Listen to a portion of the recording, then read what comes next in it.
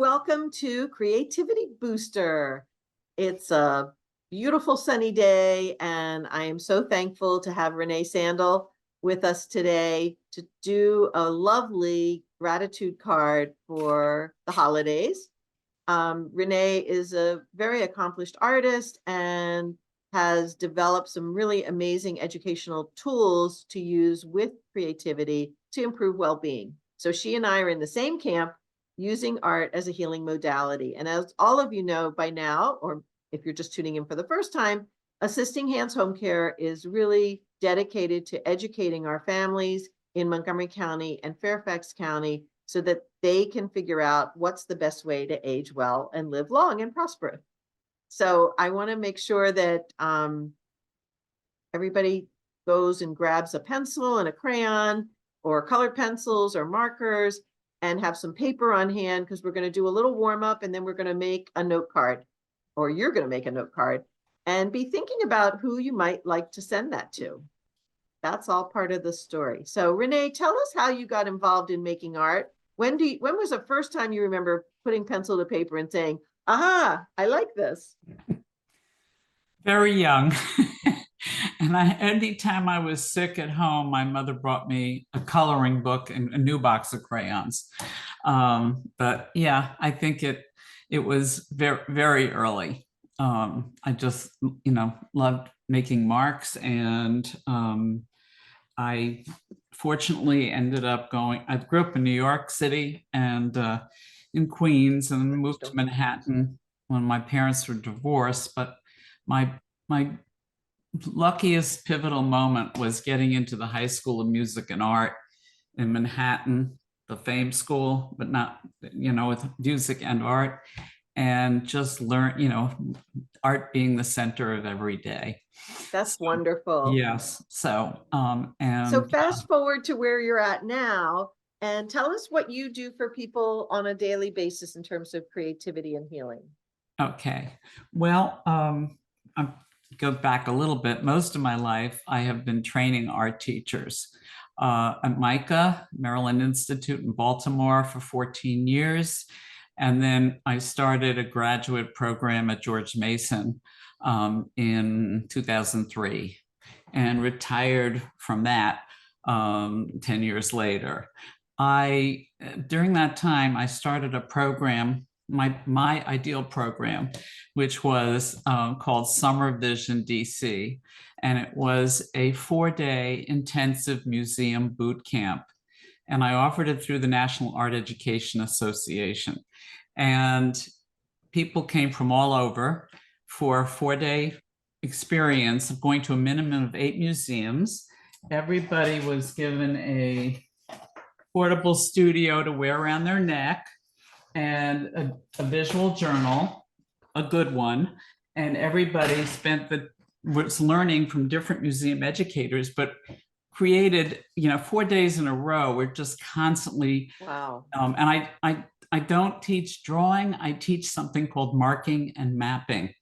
Marking and mapping, we'll do some today, but marking and mapping involves, first guideline is consider all your space. If we're working this small or the side of a building, that gets us thinking compositionally. Second guideline, if you make a mistake, turn it into a surprise. So I don't use erasers. We just keep on going. So anyway, I did this for 15 groups in 10 years. Wow. And during the pandemic year, the last one was August 2019, I was planning to kind of revise the program, and then came the pandemic. So but from that program, I developed something very operational. Instead of teaching visual literacy in museums, I started teaching visual fitness for all, everybody. And how do you see that different? I see visual literacy as helping people become educated and, kind of in a passive way, maybe become a connoisseur. Mm-hmm. And we live in a time that's so visual. We need to be able to decode the visuals and also to encode, make special, creating what you do. And so, it's really a democratic concept for me, everybody. So I started teaching I started teaching online on Zoom. I also relate a lot of the work I do in teaching to virtues, to positive energy. So I've been working with the Virtues Project and their set of cards and app. So it becomes very important to everybody. And in using the virtues, I kind of see art and humanities and even sciences coming together. So Fantastic. thank This you is so much. wonderful work. We need more of you in the planet. Thank Because you. if Well, people were busy looking at art, they wouldn't be busy buying guns, maybe. I agree. I agree. So So let's get involved in a little bit of the project so we have time okay. to Sure. introduce what you're doing. And Okay. then we'll have a chance at the end, if people are brave enough, they can share what they've created. I would love it. And I thank you for inviting me. Oh, you're so I welcome. usually do a 3-hour creativity workshop, intensive creative workshop for the Smithsonian and Yellow Barn. But I'm so excited to do this in a quick way and give everyone the joy that being creative gives us. So I'm going to share my screen, and there we are. So that's my visual fitness logo. And what it is I realized that I can help everyone engage their creativity and insight. Can't necessarily make you into an artist because that takes something else. So, and I do a lot of visual journaling and teach a lot of visual journaling. But anyway, so that's kind of me. And let me find my place here. 1 second. Sorry. That's okay. All right. If you just click your down button. Got it. Okay. So I was going to ask you to give brief introductions, your name and where you are, but we can move along. Yep. One of the things that visual fitness is about is seeing in a balanced way, learning to do that, everyone having access to their creativity. And the third is that this happens the best in community, as opposed to the lone artist. So, all right. Then I have a couple of my works of art that were inspired by the Virtues Project. I began to do Virtues maps after January. These were done after January 6th. So I started working on black paper, but I work on all kinds of surfaces. But I work with expressive line, and I like to engage in that. So I wanted to share one of my favorite recent cartoons. I'm not sharp enough. I'm not colorful enough. Comparison kills creativity. Have you seen this before, Patricia? Yeah.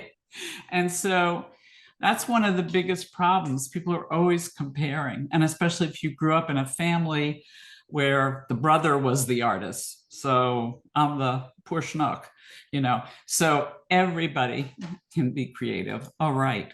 So what I wanted to do is just engage you in an exercise. That's what visual fitness is for. And I wanted you to take a piece of paper, and on one side at the very bottom, I want you to write the word anger, really small. And on the other side, I want you to write the word joy. Okay. All right. So now I'm going to demonstrate what a there we go. Where's my piece of paper? Right. So here's my rough square, a rectangle, and I'm going to write the word frustration, not anger. I'm just writing the word frustration. Okay. And I'm going to demonstrate how to do an analog. It's very quick. So, and I'm just hold this up. So I'm going to close my eyes and think of a time when I really was frustrated, a story in my mind, and kind of hold it, remember it, think about it, and kind of almost like send it down my arm and make the mark. Can you see that? Mhm. Okay, so that's how quick an analog can come out. And I would like you to, on side one, just think of a time when you were angry, pick up a tool and make the mark. We're not drawing smiley faces, sad faces. We just make marks that express, okay? And then when you're done with that, and you know how long it'll take, very long, very short. And then turn over and think of a time when you felt extreme joy and make the mark. And preferably don't use yellow because we won't see it. So any color, any color that you want that expresses anger, expresses joy, that's just fine. But we're going to do it and it's not going to take very long. So will you both do that? Done. Huh? We're both done. Oh, you're done. Oh, what a group. Okay, great. Okay, so can we take a look at what you came up with? And because you have We have to take our screen because off. you have virtual backgrounds, you have to kind of line it up with your face, I think. I hope it'll work. Can you change your backgrounds? Yeah, I think we have to because we're using white paper. Okay. All right. Can you hold it up? Let's go on to the next thing and then we'll come back. All right. Well, Show things later. one of the things is I'm very curious. We can't tell the story, but we have, that's great, Nick. Each one of those. And when I have a group of 30 people, it's like our first group show and they all work and they are all on topic and they're all unique, which is what's great about it. Okay. All right.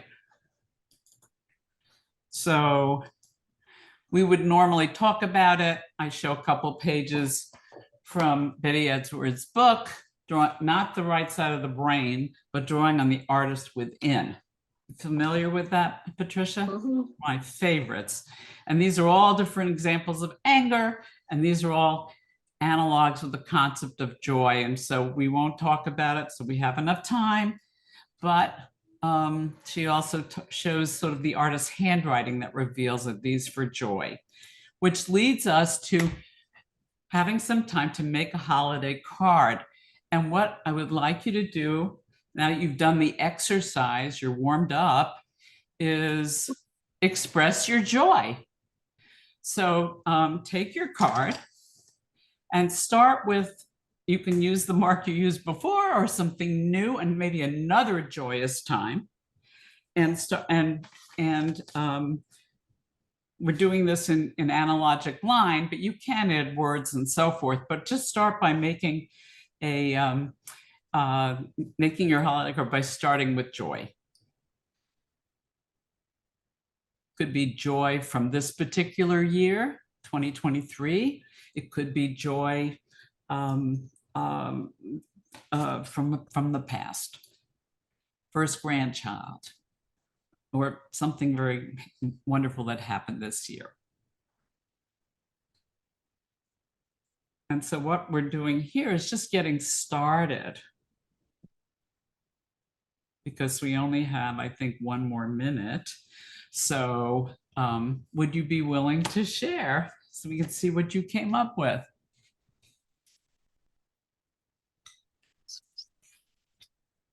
And I will share mine, and I will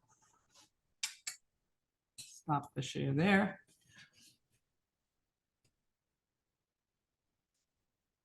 Oh, nice, Nick. All right. Yeah. Ah, okay. So there's Getting the rainbow thing going. All right. So there's a beginning. I'm really thrilled to, that you just have a start. And sometimes that's what we need for creativity. I guess that's why this is a booster program. So I just want to thank you. And let's see. I can't stop. Don't stop. Keep going. But I promised I'd stay on time. And here's just my fun cartoon to end with. That's great. Renee, that was a hoot. That was really fun. It's nice to know that, even if you only have 5 or 10 minutes, maybe you're waiting for somebody to call you, or maybe you're looking waiting for a plane to take off, or maybe you're on Mhm. the plane Yeah. and you need to just have some quality creativity time. Mhm. This is a great way to just boost your energy and feel better. I hope everybody feels better after they've tried this little creativity booster. And I'll see you again next time. Thank you, Renee. You're welcome.